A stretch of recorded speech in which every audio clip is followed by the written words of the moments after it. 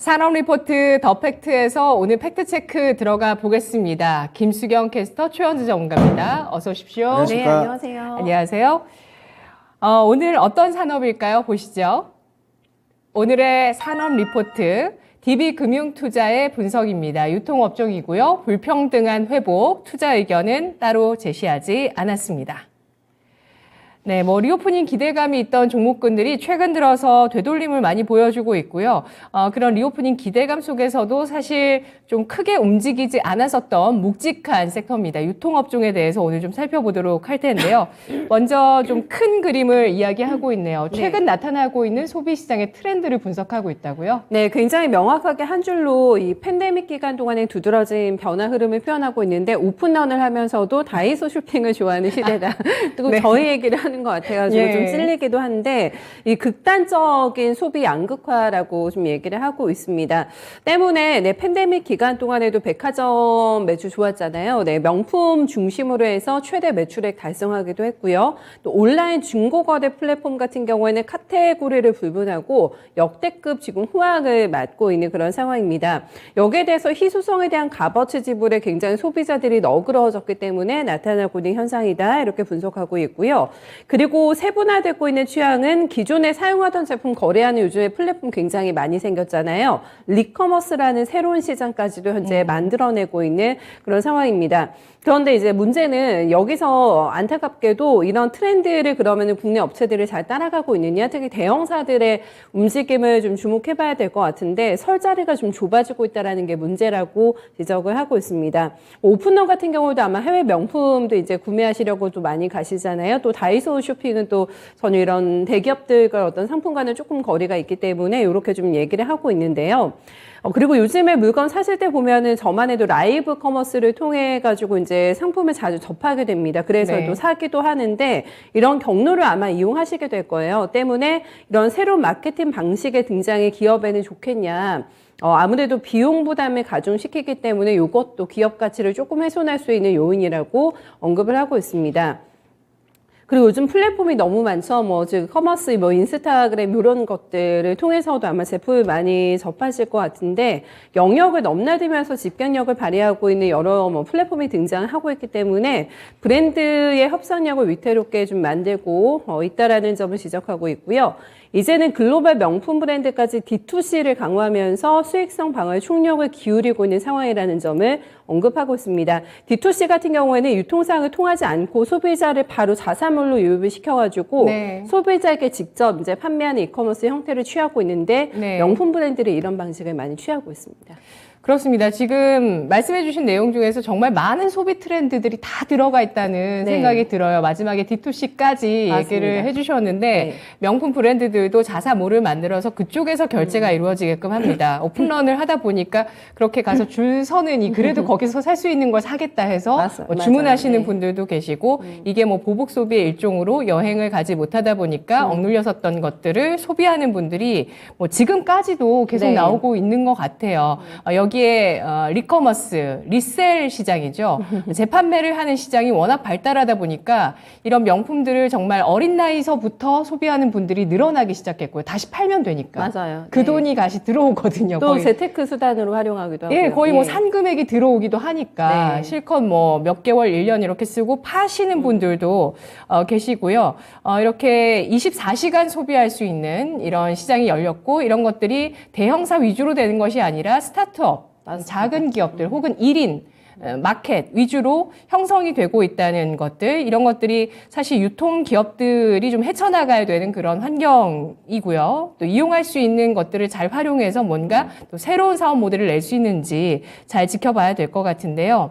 엔데믹 시대가 도래했습니다. 이제는 풍토병으로 전환하는 이런 시기로 접어들면서 과연 유통업체들의 회복 강도가 어떻게 차별화가 될까가 주목될 것 같아요. 네, 앞에서 첫 번째 포인트에서 감을 잡으셨겠지만은 얼마나 효과가 있을까 약간 미지수라고 레포트에서는 지금 얘기를 하고 있고 실적 회복이 나타나도 이제 반짝 회복에 그칠 가능성이 있다고 봤습니다. 그리고 밸류 체인별로 해서 어떻게 성장을 해 나가야 되는지 그 포인트는 하지만 명확하다고 짚어내고 있는데요.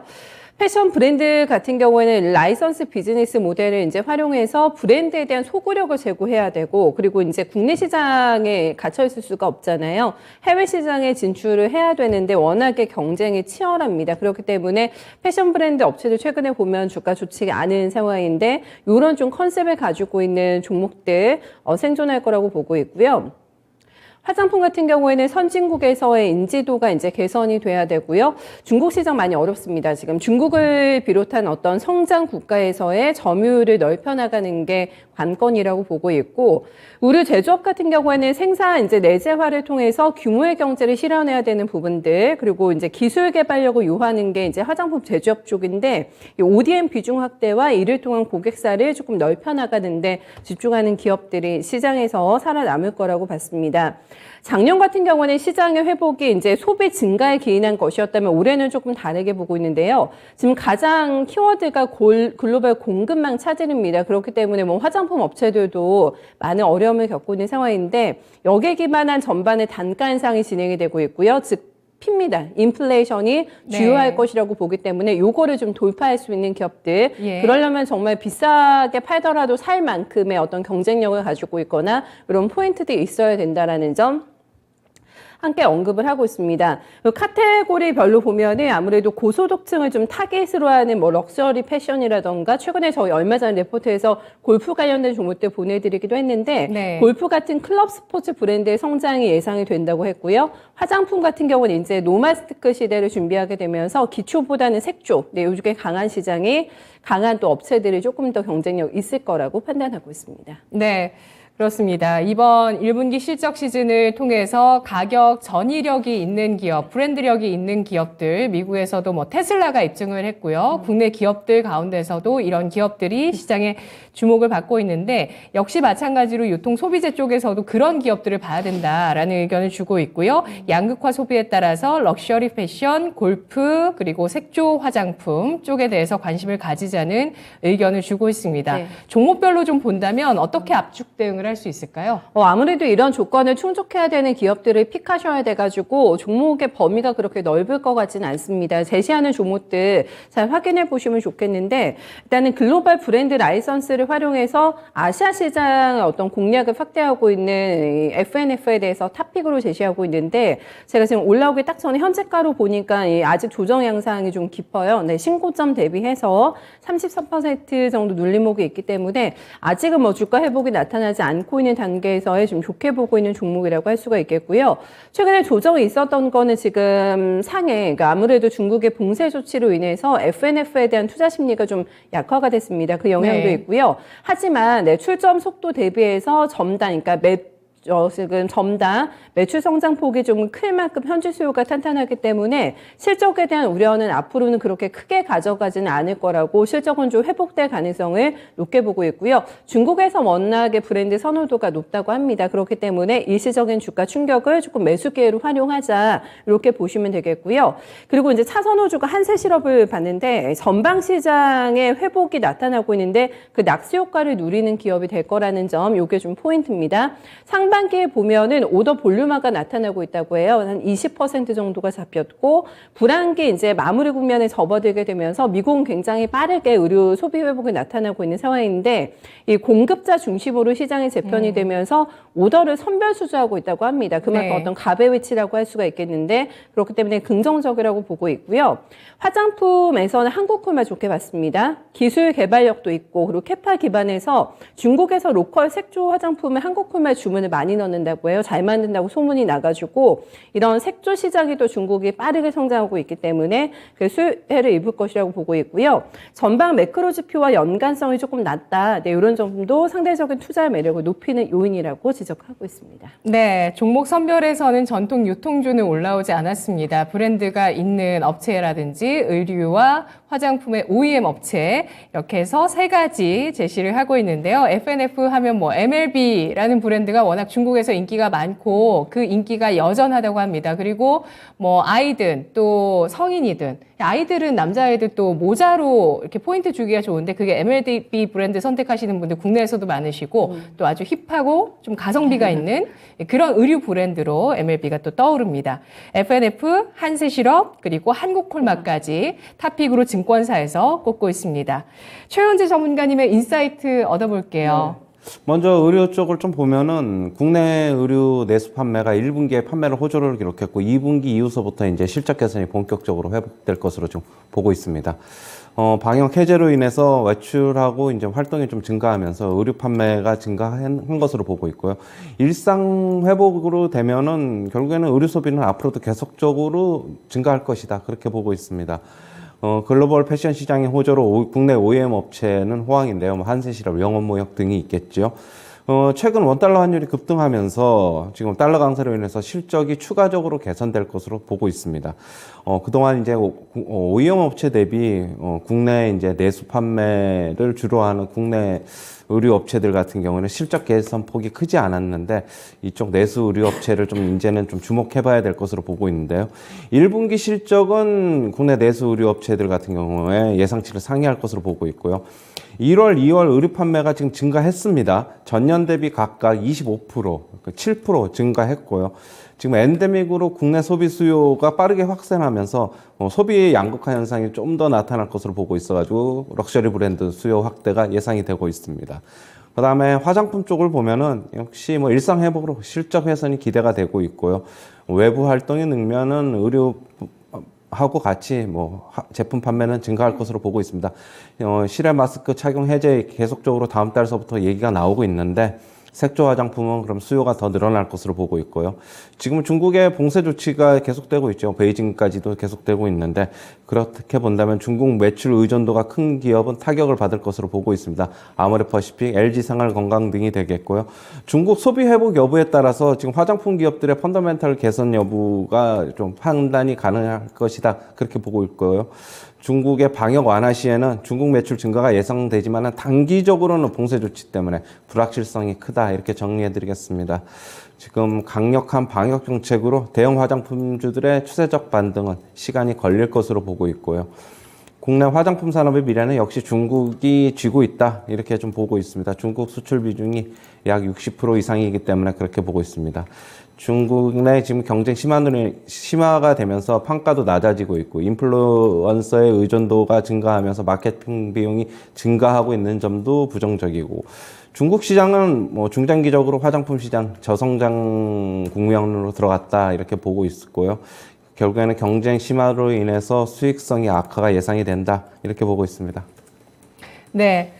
알겠습니다. 지금 화장품, 의류주 이렇게 분석을 해 주셨는데요. 유통주에 대해서는 중립 유통주 뭐 관점이실까요? 전체적으로 뭐 괜찮게는 보고 있는데 네. 뭐 저번에 유통주 뭐 BGF 리테일이라든가 편의점이라든가 뭐 백화점주 한번 말씀을 드려가지고 그거는 조금 요번에 좀 뺐습니다. 뭐 매수 관점이세요? 그렇죠. 중립이세요? 매수 관점이긴 한데 역시 전체적인 지금 시장이 뭐 매크로적인 환경, 거시적인 환경을 먼저 봐야 되기 때문에 그것만 갈 수는 없다. 좀 그렇게는 보고 있어요. 네. 알겠습니다. 종목 골라보도록 하겠습니다. 아까 FNF 잠깐 언급해 주셨는데 FNF 오늘 일단 저가 매수는 들어오긴 합니다. 증권사에서 또 탑픽 종목으로 꼽아줬던 종목인데 일단 뭐 저가 매수 들어오지만 최근에 하락 추세가 강화되고 있는 그런 모습이었거든요. 그런데 FNF 같은 경우는 또 코스피 200에 6월에 편입되는 이슈가 있어서 사실 수급적으로 이슈를 보시는 분들은 이렇게 하락했을 때 FNF를 지금 저점에 담을 수 있을 건가라고 고민도 좀 하실 것 같은데 최원재 전문가님 탑픽은 어떤 종목이실까요? 역시 국내 내수 쪽을 주로 봐야 될 것 같아서 저는 신세계 인터내셔널하고 클리어를 갖고 나왔는데요. 신세계 인터내셔널 같은 경우에는 해외 유명 브랜드를 수입해서 판매하는 회사인데 그런 해외 유명 브랜드 수요 확대가 좀 기대가 되고 있습니다. 고마진 해외 패션과 수입 화장품, 향수 등이죠. 그쪽을 판매가 호조를 기록하고 있어서 앞으로도 괜찮을 것이다. 그렇게 보고 있고, 지금 주가 차트 잠시 나오는데요. 지금, 네. 지금 34,000원이 얼마 전에 이제 정고점이었는데 뭐 충분히 돌파 가능하다 그렇게 보고 있고요. 뭐 지금 그 다음에 이제 클리오인데 클리오는 이제 다양한 색조 화장품 브랜드를 보유하고 있어가지고 실외 마스크 뭐 착용 해제 시에는 역시 수혜가 기대가 된다 이렇게 정리해드리겠습니다. 네. 신세계 인터내셔널은 해외 브랜드 선호 수혜라고 보면 될까요? 그렇죠. 양극화 현상 때문에 아무래도 예. 고가 브랜드가 조금 더 판매가 늘어날 것이다 그렇게 보고 있습니다. 네. 그리고 클리오 같은 경우는 노마스크 정책에 따른 수혜주로 분류할 수 있겠습니다. 오늘 유통업종 전반에 대해서 살펴보면서 업황과 실적 이야기를 해봤는데요. 일단 뭐 유통업종의 전체적인 많은 트렌드들을 쭉 짚어봤습니다.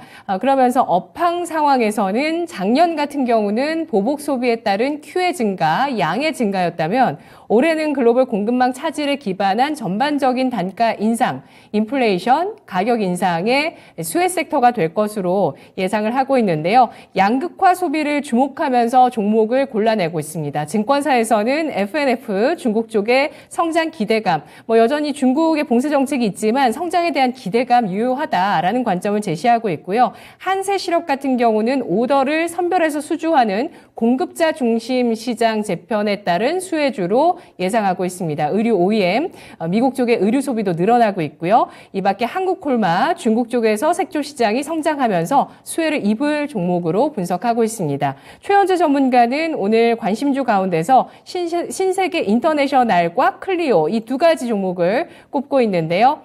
앞으로 외부 활동 증가에 따라서 국내에서도 의류와 화장품에 대한 소비가 늘어날 것으로 전망해 주셨네요. 분석 고맙습니다. 네, 감사합니다. 감사합니다.